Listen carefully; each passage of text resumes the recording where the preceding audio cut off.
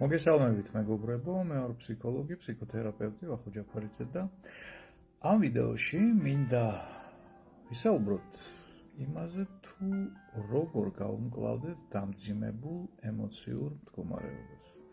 ჩვენ დროს ეს შეიძლება ძალიან აქტუალური იყოს ძალიან ბევრი ადამიანისთვის.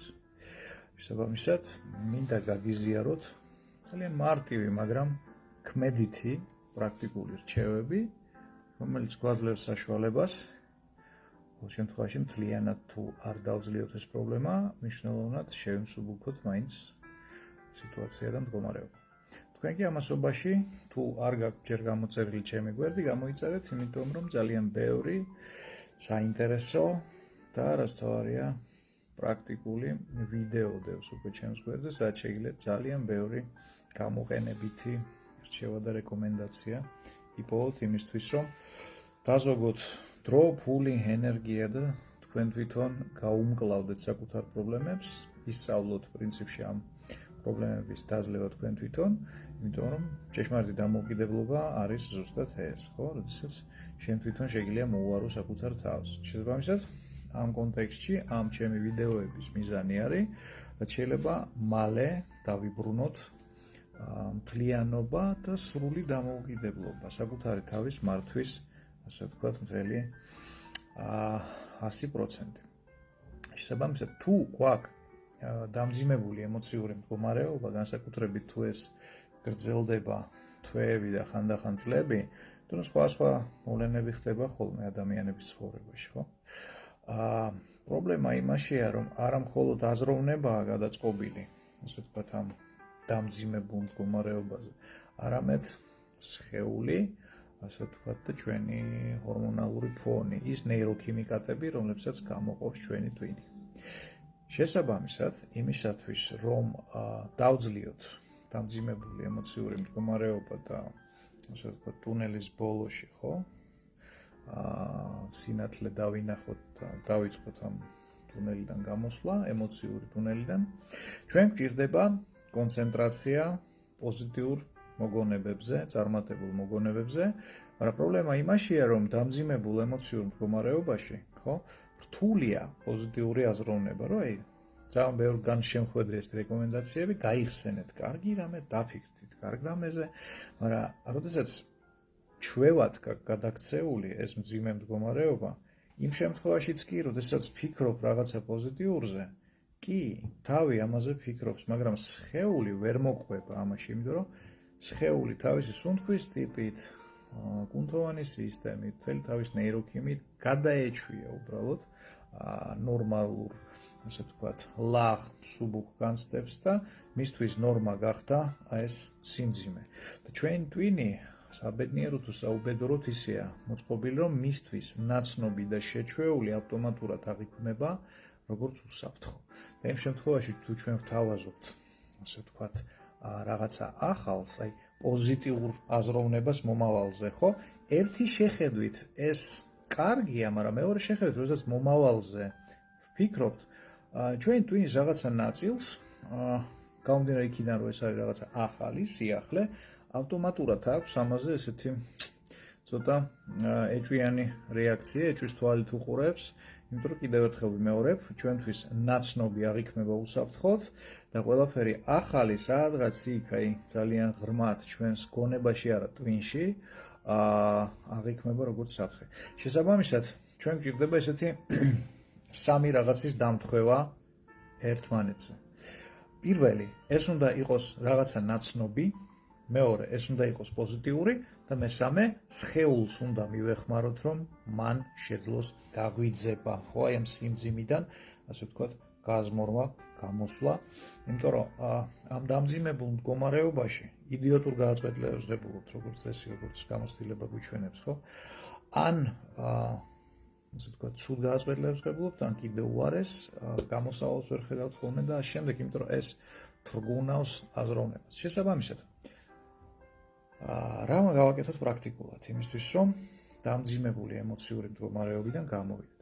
უნდა გავიხსენოთ რაიმე კარგი მოგონება და როდესაც ამას ვიხსენებთ, ხო, შესაძლებელია ვგრძნობ აი იმ პოზიტიურ ემოციებს დაკავშირებულს აი იმ წარსულის მომენტთან. შეიძლება ვერ ვგრძნობ, მაგრამ ვიცი, რომ იქ კარგად ვიყავი. აი ესე ვიცი, რომ იქ ვიყავი კარგად, შეიძლება გახდეს საკმარისი. შესაბამისად, გვჭირდება რომ მივეხმაროთ სხეულს, ხო? ამას როგორ ვაკეთებთ? ამისთვის twin-ი უნდა გადავიყვანოთ ეგრეთ წოდებულ დელტა რეჟიმში.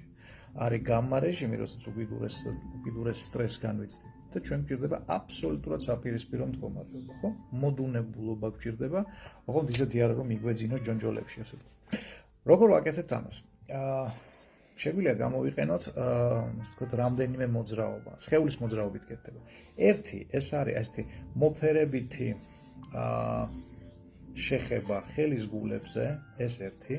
მეორე არის აი აქ მკლავებზე შეიძლება, აი ესეთი რაღაცა შეიძლება ვაკეთოთ.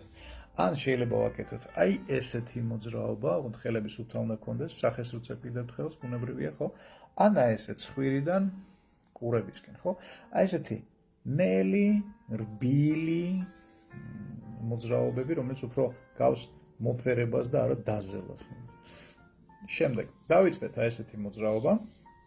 მაგალითად ხელების, დავხუჭეთ თვალი და გავიხსენეთ რაიმე სასიამოვნო. აი მაგალითად მეორე კლასში ხუთიანი მივიღე, ძალიან მიხარობდა იმ მომენტში და მახსოვს რომ ეს იმ მომენტში ძალიან მიხარობდა. აი ვიხსენებთ იმ მომენტში ჩემ სკოლას, ჩემ კლასს, სად ვარ იმ მომენტში, ვინ არის გარშემო, რა მახსოვს ამ შემთხვევაში და რა მესმის, რა ხმები მესმის იმ მომენტში, ასე ვთქვათ, როგორ არის ჩემი სხეული განწყობილი და ასე შემდეგ. ცოტა ხანში შეატყობთ, როდესაც ამას აი ამ მოძრაობის თანხლებით აკეთებთ. ან აი ამ მოძრაობის, ან ამ მოძრაობის, ნუ მოკლედ ნებისმიერ რომელიც ავირჩიეთ. ცოტა ხანში შეატყობთ, რომ აი წამოვა სხეულში აი ეს პოზიტიური ემოცია სულ უფრო და უფრო ძლიერად. და აი აკეთეთ ეს, სანამ არ იგრძნობთ, რომ სხეულში გაიღვიძა ამას. შეიძლება ამას დაჭირდეს რამდენიმე ათეული წამი, შეიძლება დაჭირდეს ამას რამდენიმე წუთი. მაგრამ დაიწყეთ აი ამის კეთება. დღეს, ხვალ, ზეგ, თუ გინდა დღეში რამდენჯერმე, ცოტა ხანში სხეული გაიხსენებს, რას ნიშნავს რესურსული მდგომარეობა, რას ნიშნავს სიმსუბუქე, რას ნიშნავს სილაღე და ეს, ასე ვთქვათ, ეს გაქვავებულობა სხეულში ემოციური და მერე კუნთოვანი, ხო? დაგანებებთ თავს, მოგეშვებათ და ამოისუნთქებთ შვებით და გადასარევად, ასე ვთქვათ, მოუვლით საკუთარ თავს. და როდესაც კარგად იგრძნობთ თავს, აქ უკვე ნორმალურ მიზნებსაც დასახავთ, გამოსავალსაც ნახავთ შესაძლებელი უფრო მარტივად, სხვა ცხოვრებისეული სირთულეებიდან. ერთი უნდა გვახსოვდეს ძალიან კარგად. დამძიმებულ ემოციურ მდგომარეობაში მიზნების არჩევა არის ხოლმე ძალიან, არ ვიტყვი საშიში, მაგრამ სარისკო. იმიტომ როგორც წესი, ესეთ მდგომარეობაში ჩვენი ინტელექტი დათრგუნულია და სულელობებს ვირჩევთ ხოლმე რა. შეიძლება უბრალოდ რაღაც ბევრი დრო დავხარჯოთ ფუჭად. ამიტომ იმ შემთხვევაშიც კი, როდესაც აპირებთ მომავალზე დაფიქრებას, დარწმუნდით, რომ თქვენი ემოციური მდგომარეობა არის დაბალანსებული და ლაღი. აი ასე და ამგვარად. აქ ზურამ მოგვწე რა, ქარჩავამ. ხო, უკრაინაშია ეხლა ზურა, ეხმარება ჩვენს უკრაინელ ძმებს. ზურა ჯან, თუ აქ ახარ, გამარჯობა და მან ყველას გადაეცი ჩვენი მოკითხვა და თქვენთან ვართ სულიერად, ენერგეტიკულად, ყველანაირად რიციც შეგვიძლია აქედან გეხმარებთ. კეთილი და პატიოსანი, მინდა გისურვოთ ხალხო ემოციური ჯანმრთელობა, ეს მარტივი ხერხები შეგიძლიათ გამოიყენოთ, შეგიძლიათ გაუზიაროთ ადამიანებს, ვინც ვთქვათ, თვლით რომ მათ ეს სჭირდებათ, გნებავთ პირად მიმოწერაში, გნებავთ გაზიარების ღილაკს დააჭიროთ და მოკლედ მინდა რომ ყველა ვიყოთ კარგად, იმიტომ რაც უფრო ბევრია ჩვენს გარშემო გაწონასწორებული ადამიანი, რაც უფრო ბევრია ჩვენს გარშემო ფსიქოლოგიურად ადეკვატური ადამიანი, მით უფრო შედეგიანები ვართ თლიანობაში, ხო, როგორც საზოგადოება. შესაბამისად, გისურვებთ ჯანმრთელობას და მომავალ შეხვედრამდე.